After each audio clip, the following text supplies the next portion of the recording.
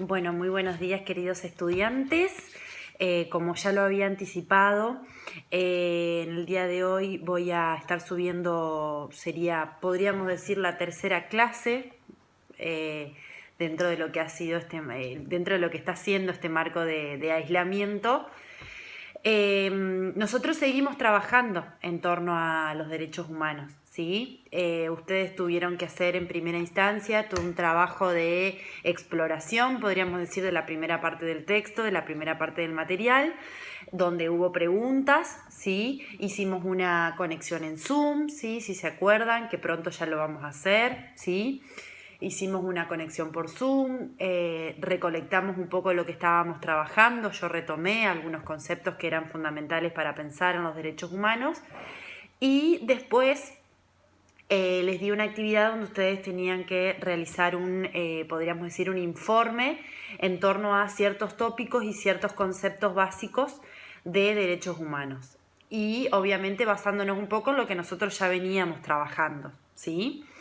Bien, hoy para continuar en este contenido, ¿sí? Así ya también vamos cerrando de alguna manera lo que ha sido un poco este material sobre derechos humanos. Vamos a continuar con una parte del texto que ustedes tienen, que es la parte de la construcción histórica, ¿sí? Yo les había dicho que hasta el momento habíamos trabajado hasta ese cuadro donde ustedes pudieron ver la división de los derechos humanos, ¿sí? O sea, en generaciones, primera, segunda y tercera generación, con las conquistas, los logros sobre los derechos humanos. Ahora, lo que vamos a ver de acá en adelante es lo que resta de esa fotocopia, ¿sí?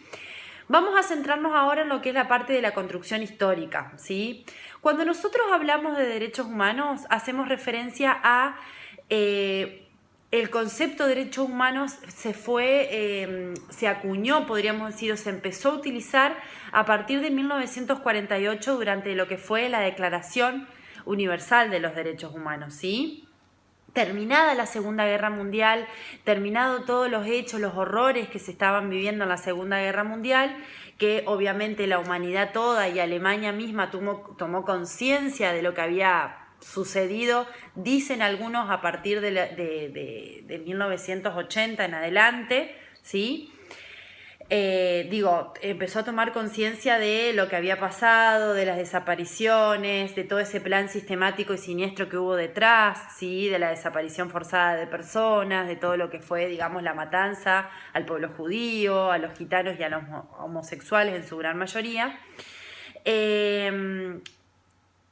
La Segunda Guerra Mundial, de alguna manera, lo que trae, ¿sí? Es esta Declaración Universal, ¿sí? Primero la conformación de la ONU, luego los estados parte, las naciones que se empiezan a adherir a esa declaración.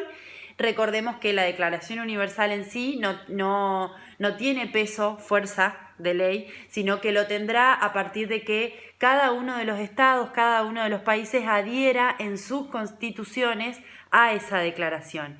Asimismo, aparte de adherir constitucionalmente a esas declaraciones, cada estado de alguna manera tiene que hacer carne, materializar los derechos humanos a través de políticas públicas, ¿sí? A través de gestiones, a través de cuestiones que nosotros podemos ver en lo cotidiano, ¿sí? Bien. ¿Qué hace la ONU? La ONU es una comunidad internacional, ¿sí?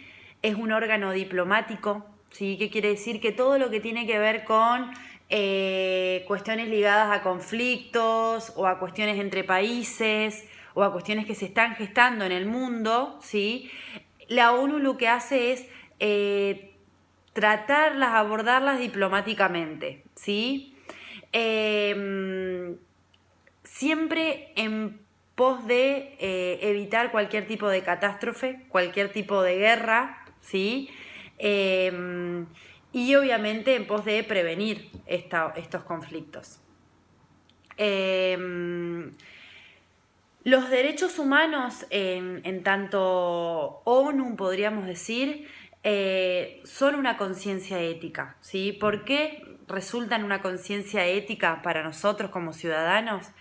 porque de alguna manera se forja, ¿sí?, a través de luchas. Nosotros lo vimos viendo a esto, lo venimos viendo a lo largo de lo que han sido las conquistas de luchas, de derechos humanos y demás, que no siempre se dieron de manera pacífica. Los derechos humanos no siempre se dieron de manera pacífica, sino que se dieron justamente porque hubo una minoría que no tenía derechos, ¿sí? Y justamente para que esta minoría se dé cuenta de que no tenía derechos, ¿sí?, tuvo que hacer una conciencia de clase, es decir, tuvo que decir, bueno, tuvo que de alguna manera darse cuenta de esas injusticias que estaba sufriendo y salir a buscar nuevos derechos, ¿sí? Y en esa salir a buscar, en esa búsqueda, muchas veces se dan guerras, se dan situaciones de desigualdad, se dan luchas, se dan protestas, ¿sí? A lo que refiero es que, bueno, muchas veces los derechos humanos o muchas veces los derechos que nosotros tenemos hoy en día se consiguen y se logran gracias a que un grupo de personas se moviliza en forma de protesta, se moviliza en forma de alguna, digamos, alguna protesta o alguna lucha, ¿sí? Entonces, para que ustedes vayan sabiendo, ¿no?, de que actualmente nosotros lo vemos viendo esto, por ejemplo, cuando hablamos de, o cuando vemos femicidios, vemos dentro de la población un grupo social que está desfavorecido, ¿sí? En este caso, por ejemplo, el grupo de mujeres que está luchando justamente para que el femicidio termine, para que quienes atentan contra sus propios derechos también cesen, ¿sí?, o se busque justicia en torno a eso, ¿sí? Bien, nosotros en nuestro continente, ¿sí?, tenemos una convención, que es la Convención Americana, es el Pacto de San José de Costa Rica. Es decir, este pacto se desprende de los derechos humanos, ¿sí? Los derechos humanos están enmarcados en una declaración, pero después hay pactos y hay convenciones que son instrumentos que se desprenden, de la gran declaración, podríamos decir, de los derechos humanos. A nivel continente, a nivel americano, podríamos decir, nosotros tenemos una convención que se sanciona en 1969, que es el Pacto de San José de Costa Rica. Es un pacto que justamente se firma en San José, ¿sí?, de Costa Rica, y que de alguna manera también nos avala o nos protege, nos legitima ante los derechos humanos, ¿sí?